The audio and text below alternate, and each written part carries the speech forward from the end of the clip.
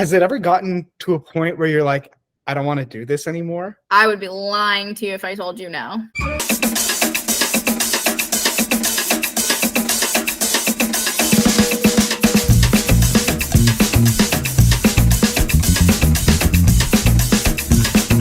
I definitely have some stories. I think whenever people, they don't realize how much that we can deal with on a day-to-day basis, especially like I was saying earlier, when it comes to, you never know what you're walking into in their homes. Okay, I do have one. So I have a coaching client who she was telling me a story about how she lives in a nicer area, predominantly a high-end area. And she was called out to do it was an admission? It was a transfer from a home to another home. So it was just a wheelchair transport from one place to another. And she arrives at the home. She said outside the home, it looked pretty normal. She was prepared to go in, get the person in a wheelchair, take them to the other house. Upon getting there, I guess the family came out to greet her, and she went around to the back of the home, which I guess where the woman who had to be transported was living. And it was in a shed. It was basically plywood on all four sides.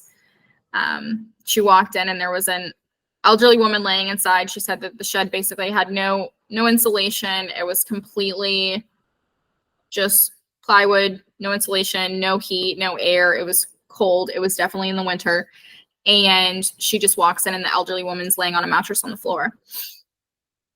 And I think it's really important to touch on those because I've seen stuff like that and people are not prepared for the mental and emotional toll that those situations can take on you. And I just remember her calling me when she had completed the transport.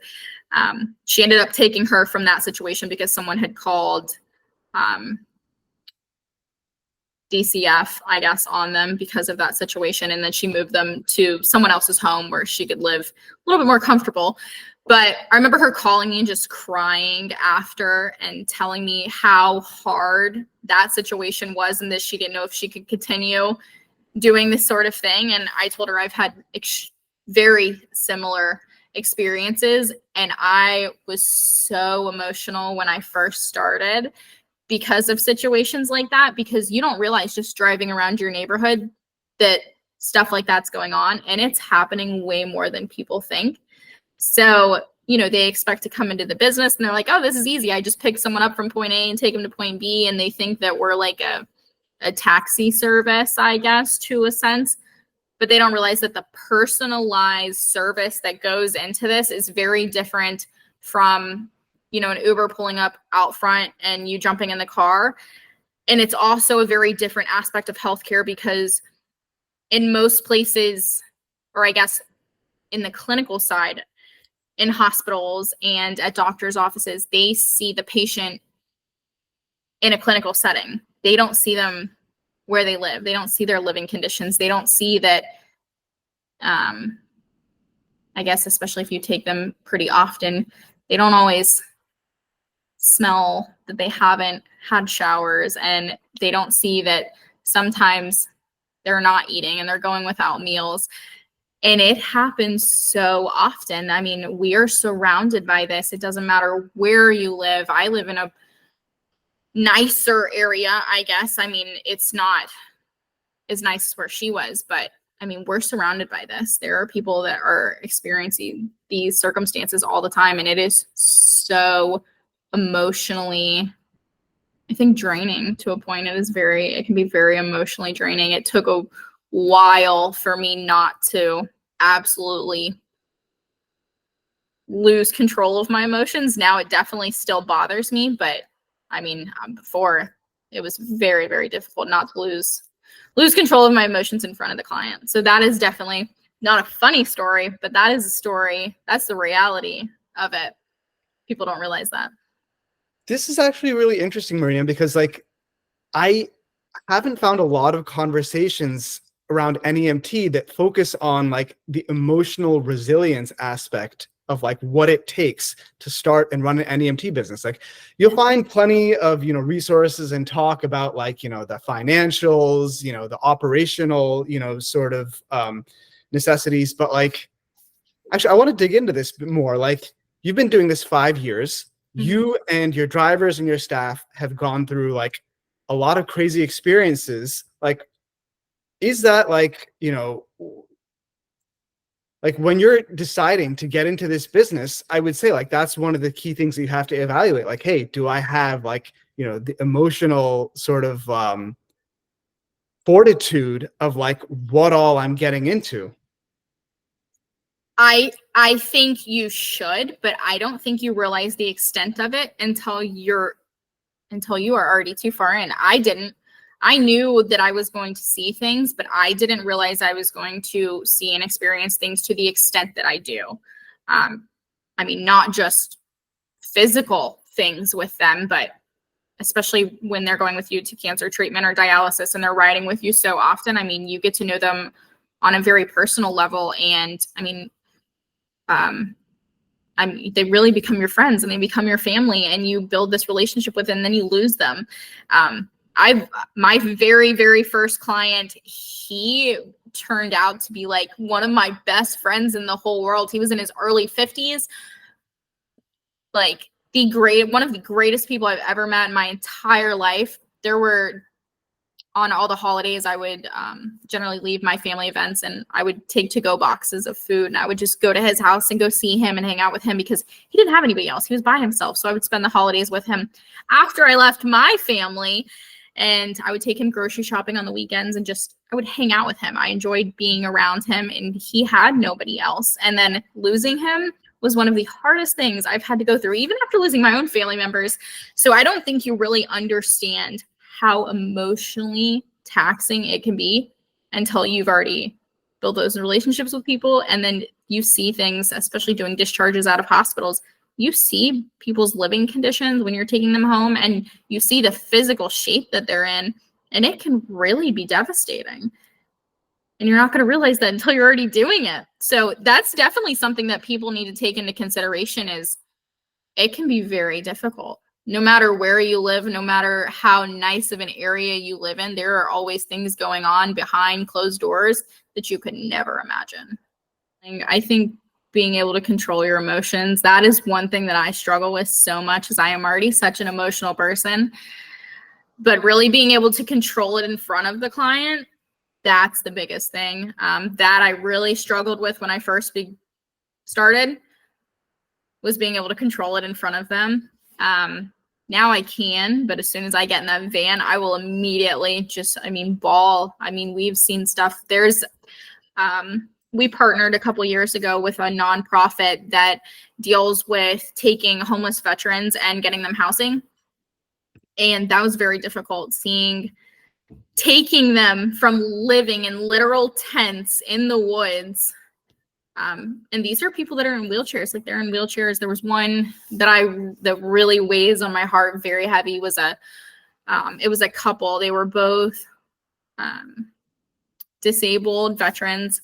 The woman was in a wheelchair. She was a double amputee.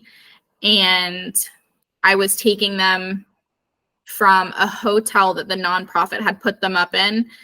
And I was moving them to housing that the nonprofit got them into. And I was talking to them on the ride. They only had the clothes that were on their back and a couple bags and a bird. They had taken their bird with them. And just knowing what we're doing and then that we're finally giving them housing was a great feeling. But they started telling me, they had a house here. They were both in the military, and they got behind on their taxes and they lost their home in a tax deed sale, and they were living in a tent. She said they were out there for several months before, I guess, a church or somebody recommended them to the nonprofit to get them housing. But seeing that situation, and this was years ago when I first started, and I was taking her out of the van at the housing that they were moving into. And she hugged me and she started crying and I was crying with her. And I think it was just very hard to control my emotions in front of people. And I think controlling them in front of your clients is really important to some extent, depending on the situation, because I think sometimes it gives them a sense of relief that we're also people too, and that we can kind of empathize with them in certain situations. But whenever you walk into hospital rooms, you're definitely going to see people in not desirable physical conditions. And if you're not prepared to deal with that and you're not able to control your emotions inside of a hospital setting, I definitely think that can be a problem for sure. I think a lot of people see NEMT and they think this is transportation without realizing how closely adjacent it is to nursing, hospice care, like, and those are the fields where you think of like, okay, you need emotional resilience, but like you're touching those same things in NEMT, and like even in a different way that can get more personal because like, you're sitting at home. Exactly. That's what people in the clinical setting don't see. And if you're in NEMT, you know that people in the clinical setting really don't have any respect for us because we're the mall cops of EMS, I guess. But we see and we build a relationship with people that the clinical side doesn't have and that EMS will never have either. Is we get a different relationship with them. We don't get them. Yeah, EMS and the hospitals get them, possibly at one of the worst times of their life. But if they're one that rides with us for dialysis or cancer treatment, you build that relationship with them. And that makes it very difficult for us. For sure. Like when you approach this aspect of it, like when you have a new client or existing client, like do you like, and or your staff have like sort of a natural framework of like, hey, let's just like try to, not deal with this aspect. Like, we're just there for the transportation. We don't want to get sucked into their personal lives. Or do you take the opposite approach? Or like, hey, like I want to get personable with this person, or how do you even approach that generally? I don't think there's a generalized approach to that. I think every situation's different. We have to, and I especially really emphasize this with my team, is that we are there to do a job and we're only liable to do so much. We really have to try to stay within, I guess our job description, but I think it's hard not to do more, and it's definitely hard not to want to do more. I think it's a case-by-case basis on how we handle those situations. We really try not to, what I have learned over the years is we try not to, how do I word that? Yeah, I know what you mean though. Because a lot of people take advantage of it. When I first started, people would tell me, oh, I haven't been out of the house in so long. Can we just swing by the gas station? Or I want to run in Walmart real quick. And I was like, okay, no problem. They'll be in there 5 minutes. No, they'd be in there 45 minutes in an hour and put us behind for the rest of our day. And they wouldn't come back out and they don't have a cell phone and you can't get a hold of them. So it's a case-by-case basis on how you handle those things with each person. Now, myself and my staff, we tell people, we're not able to make unauthorized stops on the way unless it's, pre-scheduled with dispatch. I'll tell my staff, listen, if we're having a slow day and someone wants to swing into the gas station and grab something or, whatever, and you don't have anything else going on, sure, you're more than welcome to do that. Or, you're more than welcome to go through the drive-through if they want to get something, because people ask all the time to go through the drive-through. So it's really a case-by-case basis on how we choose to handle those sorts of things. Yeah. And I know that like some of the content you put out there is focused on like, hey, there's non-emergency medical transport, but there's also non-medical transport, which you can also get into, right? And like, that is these kinds of trips. Like, actually, how does your business sort of, do you do non-medical transport regularly? Yeah, we do. We do a lot of non-medical transport. That is the part of the business that I love because I think it's so important, especially getting through the pandemic, that was such an important thing. Is there were so many people trapped in their homes and in their ALFs, and they didn't go anywhere for months, and some of them years. They didn't leave the house. Like even something as simple as going to the grocery store, I think it's so good for people's mental health to get out of the house. So I really emphasize on that. A lot of people don't realize that our services aren't just for doctor's appointments. Especially around the holidays, we get a lot of calls from family members. Oh, do you take so-and-so to this Christmas party or, for Thanksgiving dinner or whatever they have going on? So we tell them, yeah, whatever you want to do. And then we end up doing, weddings and high school graduations and birthday parties. And I think that's so important is for people's health. We shouldn't just focus on getting them to a doctor's office for their physical health, but we should also be able to take them to family functions. And I have a couple regulars who go on a weekly or bi-weekly basis. They go to the bar and to the restaurant. They're in wheelchairs, but they're young. Some of them are in their 30s, 40s, 50s, and they want to go out. They want to go out and do things and hang out with their friends, and they should be able to. We should be able to provide services other than just going to a doctor's appointment. They should be able to get out and have as much independence and a normal life as they possibly can. So I'm always happy to help with that. That's awesome. Yeah. I really have never had a conversation with anyone about like the emotional trials and tribulations of doing NEMT work. That was actually new to me. Yeah. That's something people don't touch on enough. It really is so emotionally draining. That's probably one of my biggest things that I've had to work on is just being able to handle it emotionally. And I know it's different in all areas, depending on where you live, things can be a little bit different depending on the care that they have. But do you think it's because you do like a lot of stretcher work and wheelchair? Like, is that like partly why you come into more situations that are like difficult? Like, do people who focus more on ambulatory, do they see less of that? No. They probably seem, well, it depends on the situation. So I've talked to other people who handle ambulatory work, and a huge section of ambulatory work is methadone, is taking people to methadone clinics. Mm-hmm. And I feel like they really see a huge variety of situations, and especially in some of the emotional stuff, people that have truly, I even had some, where they really had some injuries and they got on pain medicine and then they got hooked on it and now they're on methadone to come off. And I mean, it has totally altered some of their lives, like from getting divorces to losing their homes, everything, all over being addicted to pain pills. So I feel like people that do ambulatory, I mean, they can really see this stuff. We did some ambulatory transport for people that were in that situation where they were homeless because they got addicted to pain pills and now they're trying to come off of it and they're on methadone.